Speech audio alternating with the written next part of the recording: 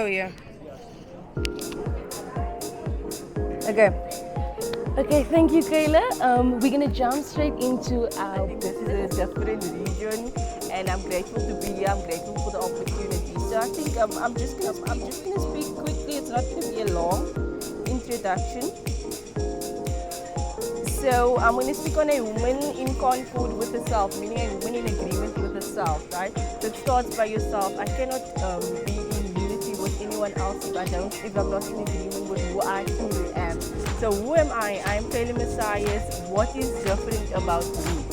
Okay, I am independent, I'm hardworking, I'm driven. Shadows is maybe going to say I am out there, I'm outgoing, I have a different vibe that I bring.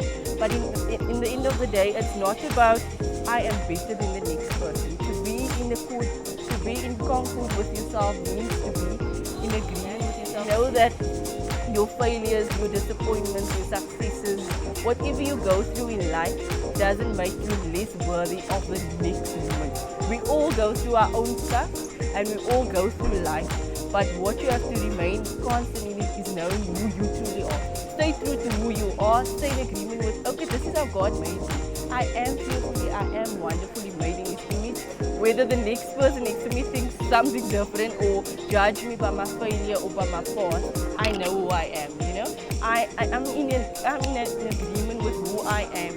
And because I'm in agreement with who I am and I know my worth, I can then also unite with you. You cannot unite with your neighbor if you don't know who you are. Because you're going to see as a threat, you're going to see as a competition like you. I'm constantly in this competition. I'm weighing myself, I'm weighing my life.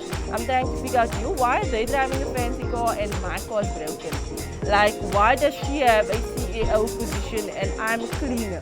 It doesn't make you less worthy. At the end of the day, if you know who you are, if you know that you are purposed for that thing, or that is your passion in life, that is what God has called you to do, then you are in no competition with anyone. You know that I can now unify with women. I can speak to women. I can say that I'm not a manager. My desire is to be a manager, but I'm still a co-worker, you know. But because you're a manager, tell me, how can I get there? What is there that I can do? What did you do? How did you get there? So that is when we start to unify, when we embrace the indifference of different women. It's about status. It's about knowing who you truly are. And in that we will leave today by knowing that we can be in unity at our workplace, in our ministry, even with our families, sisters and siblings and friends. So thank you guys. Enjoy the day further. That's it from me. We're gonna jump straight into our booklet. So I designed this booklet. It's basically evoking emotion, okay? Getting you to basically think about what you don't usually think about, okay? So it is a bit kinky. Sorry to the unmarried. We want you to desire this thing. But also we all have experiences, whether it be with whatever, okay? So it is, the questions that you'll see on here is going to be a bit funny. But what you're going to do, the first one is introduce yourself, right? So introduce yourself, you're going to choose the year, the month you were born in and the date. If it falls underneath this category, say for example your birthday is the 7th of April, you go to April and then you go to 6 to 13, and then I have moved how many amounts of times in the last 15 years. So all you're doing is, hi, my name is Leska, and the last sexual interaction I had was on Thursday evening, okay? Don't tell my husband I told you guys, but yeah. Okay, we'll start. Hey? Clip it, okay. Okay, I think I'll start with Kayla.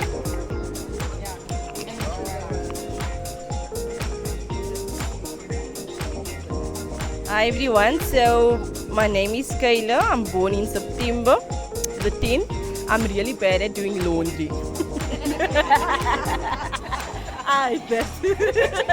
Hi everyone, my name is Leanne. I'm born in May the 14th and I need time to truly just make time for me. Very bad with it. Morning, my name is Letitia. I'm born in November, the 12th of November. And I'm really bad at talking in front of people. I'm being honest now. I don't like it. I don't like it. My name's Cora and Yes, I'm the 6th of December, and no one knows that I really don't like the color pink. I'm sorry. You don't know. Wow, I don't know where to start with mine, but good morning, I'm Carol Roberts. I am born on the 26th of December.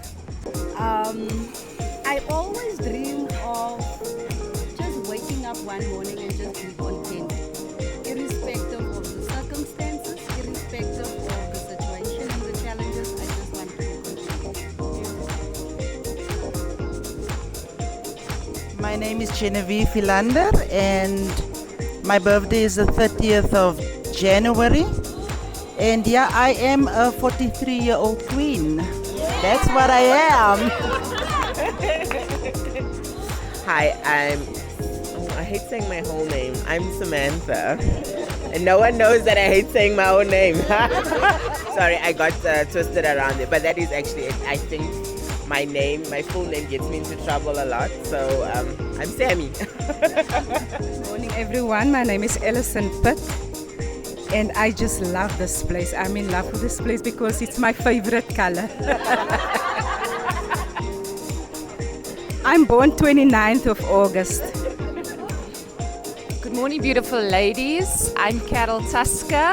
I'm born on the 2nd of October. I'm a Libra. I love to have fun. I get really happy when I'm traveling, doing me, and mostly dancing. Hello, my name is Gift. I was born in the 12th of June, and I moved to 3 places in the last 15 years.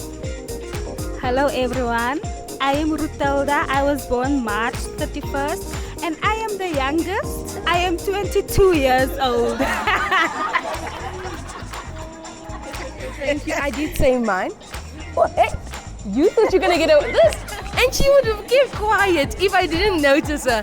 Oh no, girl, you are definitely doing this one. Hi everyone, I'm Glennis van der Linde. My date is 12th of December, and no one knows that I'm actually friendly, ne? I'm a nice person. I'm a nice person, yeah. I just don't know yet. No, that was the truth. Yeah, there was, and it was also my date.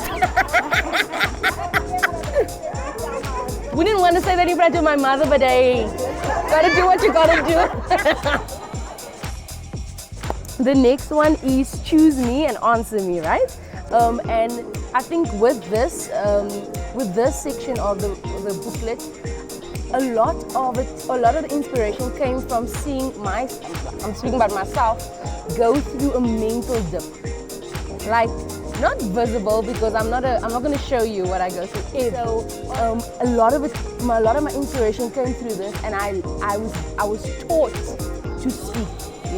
Taught to speak about it. I think when we moved to Johannesburg, I got very close with Lady Jane, and she'd always say, "But how are you truly feeling?" And I'm like, "You can this lady just leave me alone? Like, I am good, But sometimes you need someone to evoke and press on your button to say, "Hey, how are you truly doing?" And so I think by that, I've become more vocal in how I'm feeling. Not just vocal for my rights, because I'm very big on it. We just spoke on that. I'm vocal on my rights, and those are not the important things to be vocal on. It's important to be vocal on how you feel, because that is the thing that is going to kind of give you that liberty to do whatever. So with this one, you are just going to choose a topic, right? It's your topic, so you don't have to show anyone. And then you're going to speak on it for 1.5 minutes. And basically tell us whatever you want to around the topic. You need to decide how honest you want to be and how truthful you want to be. It's a test for yourself. So I'm going to pass down. You just choose anyone and then, yeah.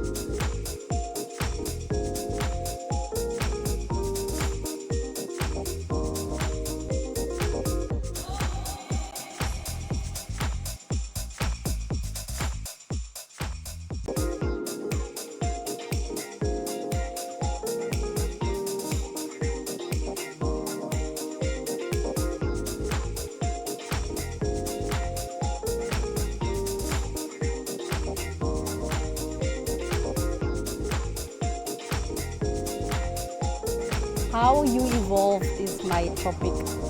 Wow. I was the type of person that didn't know how to say no. I would feel guilty. I would sometimes get to a point, even if someone needs money, I will get myself into debt because I must help that person. And I evolved over a period of time because something that you mentioned that's very key, I had to get to know Carol first, get to a point of self-care and self-affirmation.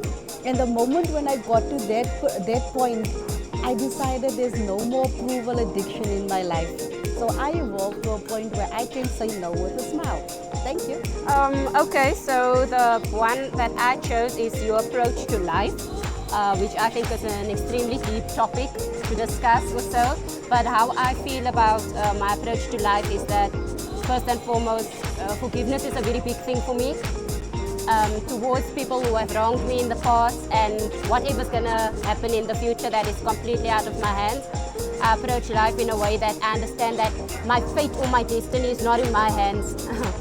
I know you say this is not a church event, but Jesus Christ, you know, I'm just saying. So yeah, my fate, my destiny, my future is in the hands of God. I think it's David that writes in the Psalms, and he says that we are like grass that withers. Our lives, we can be here today, Neto, I don't know what's going to happen, so fully and faithfully just facing it out each and every day. Thank you. Oh, okay, my one is family curse. Now this is not real, eh? This is the real story. Can I go deep? Can I go deep? Can I reveal? Okay, you know, and I didn't know why.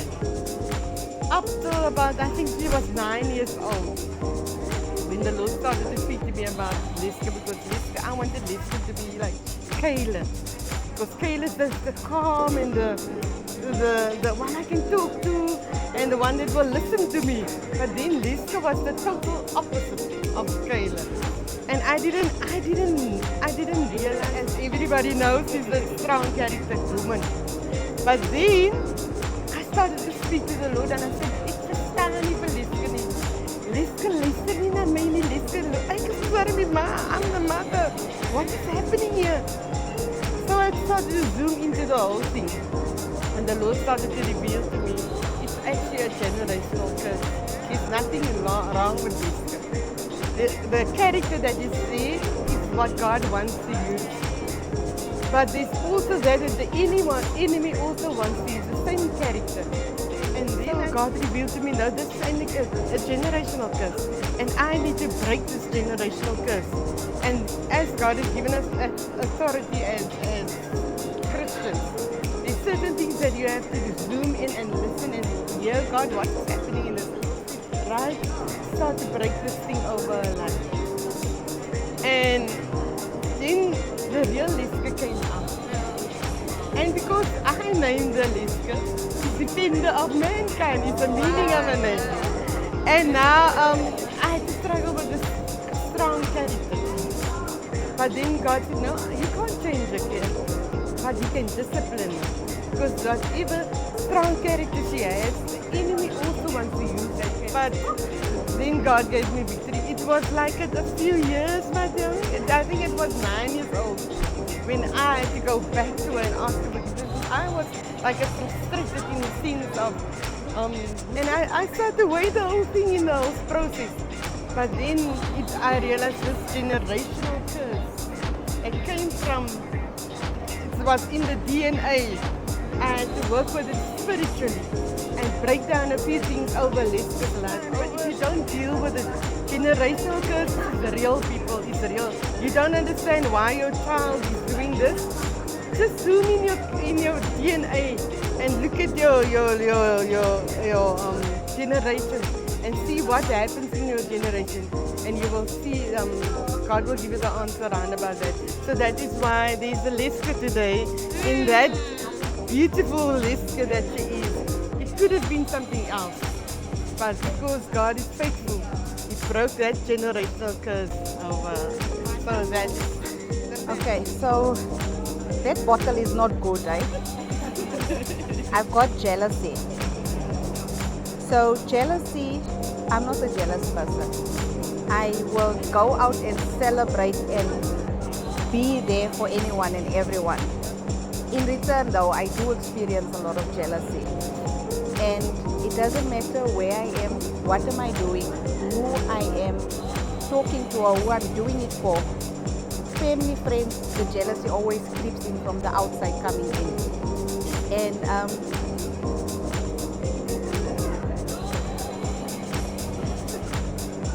it's not nice because God knows my heart. I love people. I see no color. I see no person. I see a human being in front of me needing the best of me. And ministry is amazing. Having to see people, touch people, and and I always speak in 24 hours because tomorrow is promised to no one. And it's just so profound that I chose this one because this is exactly what we are busy praying against at the moment. And if you can't accept love, if you can't accept somebody being there for you, it becomes extremely difficult. And you end up hurting the person that is there for you. So in your space, if someone is genuinely being there for you and caring for you for that moment, for that 24 hours, absorb it, appreciate it, and make the best of it. I never get jealous. It's just a grace from God. It's really God's grace. And if I do not wake up tomorrow, I will be the happiest person because I have done the most of my 24 hours. If you are jealous, it's something for you to be dealing with. And so thank you for the bottle. Okay, so before I got married, I always had a desire to move into my own home. I always said that I want to break this barrier for my siblings. And I always said before I get married, I want to have my own house and prayed about it. But I think everyone was excited when they heard, oh, we were approved, but nobody knew how many declines we had, you know. So this is truly an answered prayer and also encouragement to anyone that is praying for something. Don't give up. God does answer prayer. That's it from me.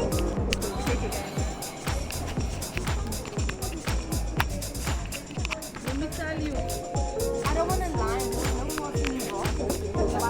There was a mind trip, and that carries power. My topic is bad habits. I don't have a lot of bad habits. Okay, I'm not a morning person. Oh, not at all. Flashes sometimes. Only to married men.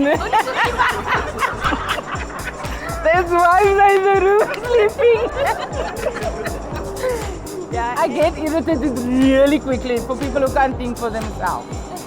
So every morning when I get to work, I'm like in a bad mood. Like, morning, I sit like this and I don't talk to anyone till 12 every day. And I don't feel bad about it. I don't. I know it's bad, but I don't feel bad about it. I work with a lot of special cases. People that they need to be in special places. So it's very hard for me. And my other bad habit is I drink a glass of wine every night before I go to bed. But I know it's a bad habit because if I can't sleep, I'll wake up like at 2 o'clock and go drink another glass just to go to bed. Like so, so it's becoming a bad habit, yeah. So. Mine was unanswered prayer. I have the opposite of Taylor. I was thinking, you know, I don't have an unanswered prayer per se, but you know, as everyone was going, I was like, I actually do have an unanswered prayer. There's something I've been praying for the longest time, which is patience. Like, I just cannot get to that point where I am patient. Like, I will drive you over with my car. I am extremely, neighbors. Like, I am extremely impatient, and the only reason why it's become such a big thing is because it affects every aspect of my life. It started off as a really tiny thing where I was impatient, and if things didn't go my way, and here's my family, because they stayed with me, unfortunately, they suffered the harshest of that. Reba doesn't tolerate me. He will just be like, okay, cool, have your moment. But it does affect even your relationships, and I think it has really been the prayer of our heart to become patient. Like, you do not understand how it's really been a prayer. So yeah, that's my unanswered prayer. It's very frustrating because I'm already impatient, and now the prayer is taking long to manifest, so it's very frustrating. But I think now listening to everyone, you also have to do something. You have to put in some work, Sometimes you think you put in the work, but really you're doing nothing about it. You're not even trying to shut up, like you just go, So yeah, that's my unanswered prayer. I really need to become a bit more patient, Yeah. I have sickness, but I've never been sick in my life. But thank you, hallelujah. But in 2021, my father got sick. He got COVID. So it was so bad and I was studying at that time. I was studying in Cape Town. So that was how it affected. I had to give up my studies and go home and just take a gap year and all that. But that also teach us to have faith in God. So yeah, that's me. We had faith. You must always have faith in God. Okay, for me it's promise of God. And it's very interesting because when I look at the last 12 months of my life, this is something that God has been telling me, do not worry, everything's going to be okay. And then I got married in September, and then my parents couldn't come to my marriage, and it was sad. They couldn't come to the wedding and everything, and most of my family, they couldn't come. But the promise of God was it's okay, do not worry. And then few weeks later, I felt pregnant. And then the day I knew I was pregnant, I also found out that I had fibroids. So it was stressful, it was painful. But again, God was do not stress, everything's going to be okay. I had a miscarriage, and it was the same thing. And I was still praying and saying that God is faithful, He knows what He's doing. And then after that, I'm still few weeks ago, the client came and she was like, I'm no longer going to work with you. So for now, my work is I don't know where I am, but still God is going to be okay, so I'm not stressing. And yesterday, I got into a car accident, and it was bad, but thank God I'm okay. The guy who I bumped into is okay. So again, it's the same thing. I'm trusting in God, He's faithful, everything is going to be okay. Okay, I chose your life purpose, which for me is kind of a bit difficult one. I'll speak from a personal point, with what I've experienced. Even though I want to be out there doing me, I can never do me. I'm always people pleasing, doing everybody. Whereas I'd feel drained to a point where I'm praying about it. Where God do you really want me to be? I'm literally always saving people. I'm an empath, basically, whereas I don't like to see people struggling. I would give my last to save the next person. It actually breaks me sometimes, where even in relationships, you keep fixing people. It's not just your family that you need to be there for. It's relationships. When you go through life and you choose the relationships type of men and you sit back and reflect as well, what is it about me? I need to sit back and do some self-introspection. What am I lacking as a woman that I don't know my worth, that I need to see in a man? Whereas it's the other way around. You need to know your self-worth and fix and heal yourself to heal the next person, for the next person to heal themselves, basically. And it's really tough being a woman and being out there for everybody, and especially trying to heal men and a lot of broken people out there. Wow. What is my view on love?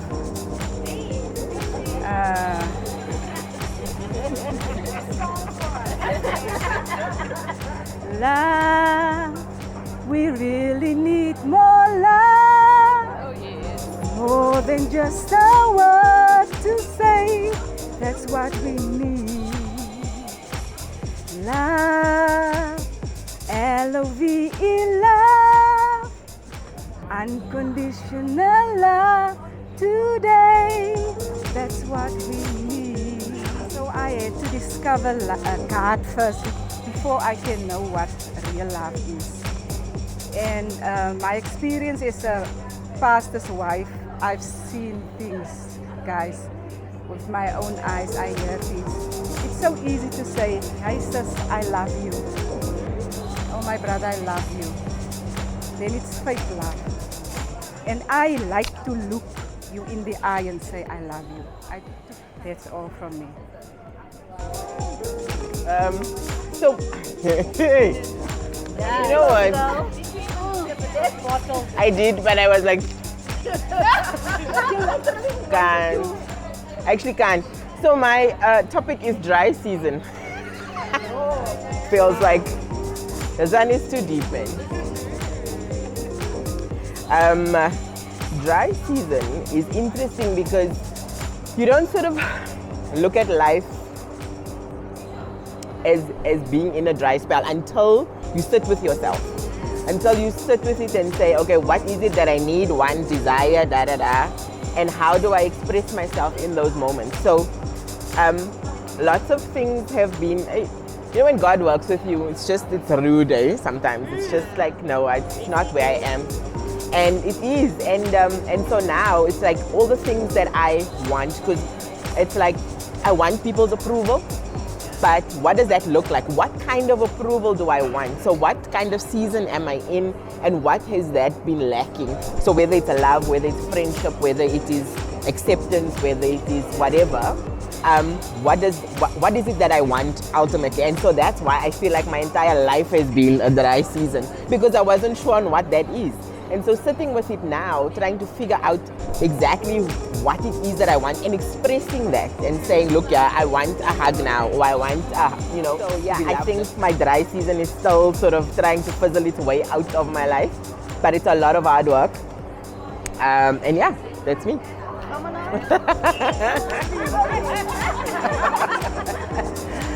Yeah. You must take one. The whole pose too. Right.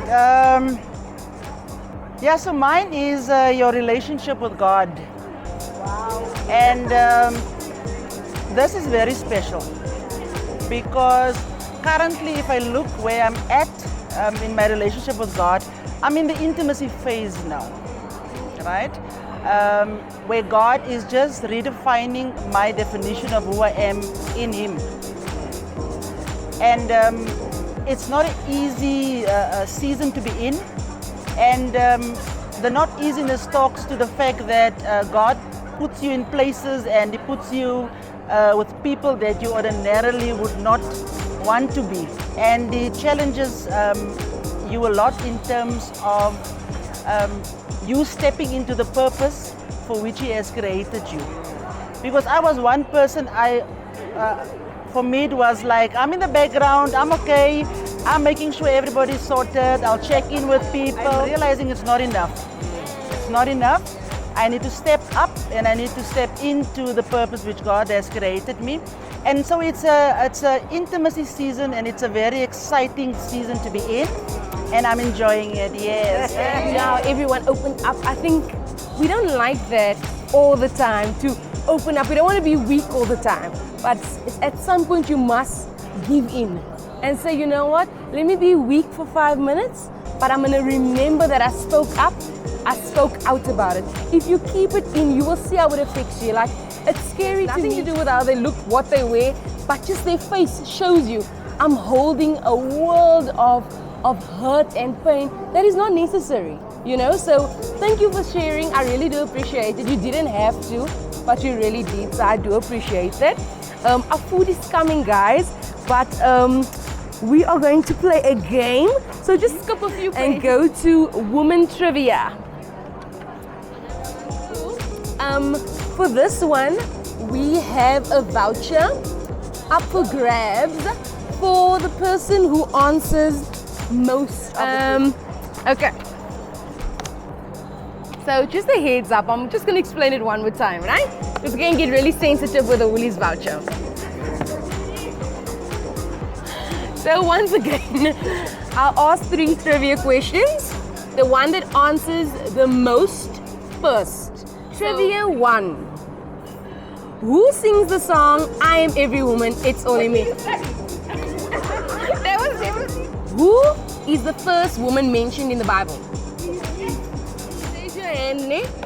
Nicholson. Because your hand was up first, but unfortunately, you know, the words did not come out first. Then, and this question is tricky because you have to mention 2 of the things that I've listed out of 8, okay? Mention 2 things women like to say. Mention 2 things women like to say. Nope. I'm tired. Yes, I don't. But nope.